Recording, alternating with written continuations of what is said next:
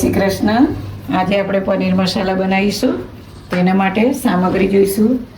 એક કટોરી ડુંગળી છે કાપેલી, એક ટામેટું છે સમારેલું, પછી લીલા મરચાં, લવિંગ, તજ અને કાજુના ટુકડા. પનીરના ટુકડા કરેલા છે. એમાં મેરિનેટ કરવાનું છે. એમાં મરચું, ચપટી હળદર, મીઠું અને સહેજ ચાટ મસાલો કરીને એને 10 મિનિટ રેસ્ટ આપવાનો છે. પછી આપણે એક કઢાઈ મૂકીશું. તેમાં થોડું ઓઇલ નાખીશું. ઓઇલ ગરમ થાય એટલે એની અંદર ડુંગળી નાખીશું.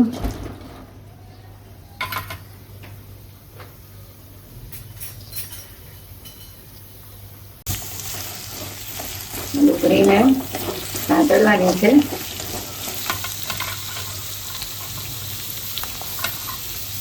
પછી એમાં 8-10 કળી લસણ નાખીશું. પછી આ ખડા મસાલા, કાજુ અને લીલા મરચાં સમારેલા નાખીશું.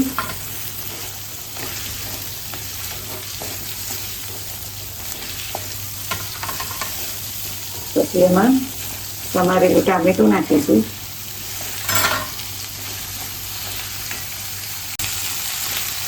અને 10 મિનિટ શેકી લેવાનું છે. ડુંગળીની કચાશ દૂર થઈ જાય, ટામેટાનું પાણી શેકાઈ જાય ત્યાં સુધી શેકવું.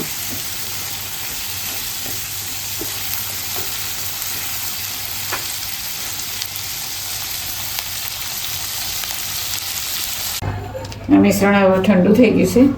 એને હવે આપણે ક્રશ કરી લઈશું, ગ્રેવી બનાવી દઈશું.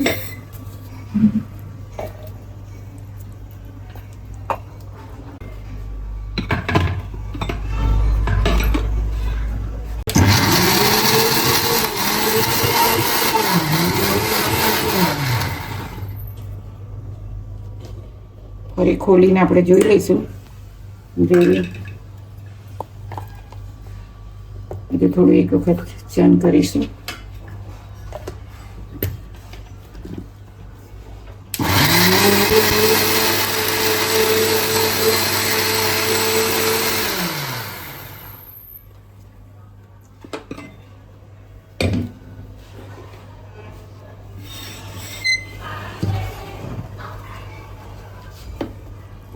આપણી ગ્રેવી તૈયાર થઈ ગઈ છે. હવે એક પેન મૂકીશું ગેસ ઉપર. એમાં થોડું 2 ચમચા તેલ નાખીશું. પનીરની સબ્જીમાં થોડું તેલ સારું લાગે છે. પછી થોડું 1 ચમચી જીરું નાખીશું.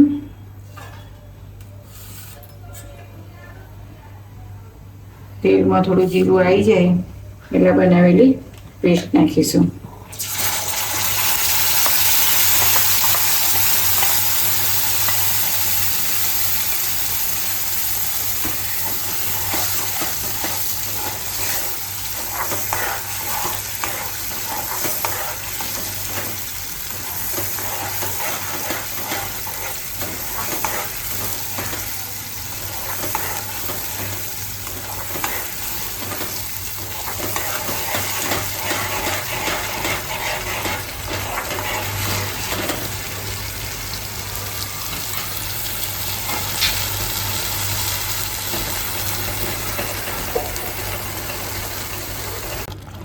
હવે પેનમાં ઉપર તેલ આવી ગયું છે એટલે આપણે એમાં મસાલા નાખીશું.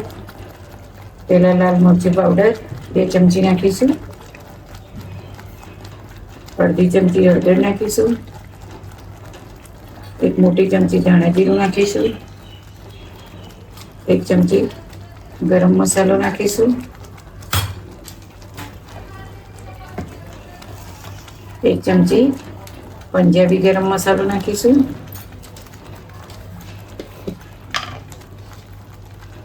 થોડું મીઠું નાખીશું.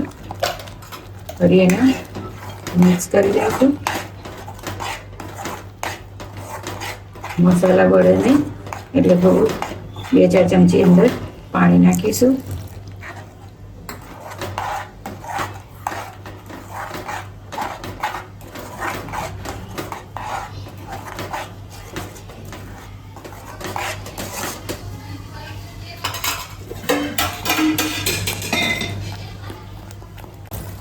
હવે ગ્રેવીને તેલ છોડી દીધું છે એટલે હવે આપણે એને અંદર પનીર મિક્સ કરીશું.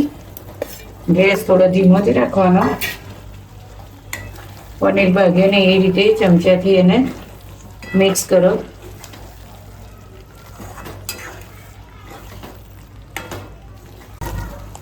હવે આપણી સબ્જી પનીર મસાલા તૈયાર થઈ ગયું છે. એની ઉપર આપણે હવે થોડી કોથમીર છાંટીશું.